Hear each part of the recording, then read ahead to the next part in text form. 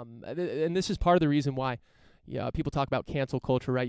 You see, particularly with celebrities, where a celebrity will say something, um, and or not just a celebrity, but well, generally a celebrity. People don't cancel people that no one that no one cares about. But they'll say something, or even a politician will say something, and they're immediately, they're immediately just eviscerated for that. So I've always been of the belief that listen, even if someone is saying something super heinous, the best way, if you actually want to correct their thinking, if you want to get them to learn, you need to have a dialogue with them. You need to not just say, oh, they're just wrong and they're gone, we're not going to have a debate with them ever. No. When someone says something wrong, it's actually that's the time that you need to have more dialogue, right? It's not the people, and too often I think that we rally around, and we should, we want to support ideas that we believe, right? We want to support the right ideas. I like doing that on this show.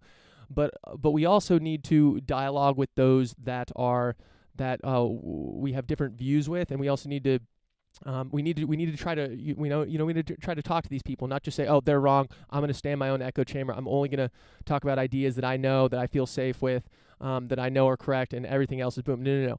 Where it gets difficult is actually changing people's mind. And the way I think about this show, and often why I maybe take kind of sometimes I think I don't take a strong enough stance on certain issues because ultimately what I'm trying to do is I'm trying to convince people of things. I'm not trying to grandstand and make people feel bad for thinking a certain way. I'm trying to convince people of some of these things and we'll be talking about these on the show, but generally that's how I view the show. I imagine that I try to strike that balance between people that I think are going to, people that are going to agree with me. I don't only talk to people that disagree with me, but I always imagine that there's someone that disagrees with my point that is coming on the show. And just the fact that they're on the show, listening to me, shows that they're actually, at least, lending an ear, so they're open to hearing the other side. So I'm imagining that someone that I disagree with, or someone who takes the opposite side of a point, I'm imagining that they're listening to me, and I'm imagining that I'm trying to convince them.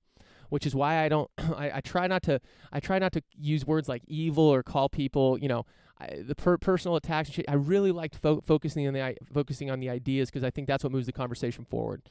So anytime when you kind of listen to me talk and you think that maybe I'm not hard enough, or I'm not, whatever it may be, just know that I'm trying to convince the people that don't necessarily believe what I'm thinking. And people don't convince. I mean, just look at you. Have you ever been convinced when someone screamed at you and told you were wrong?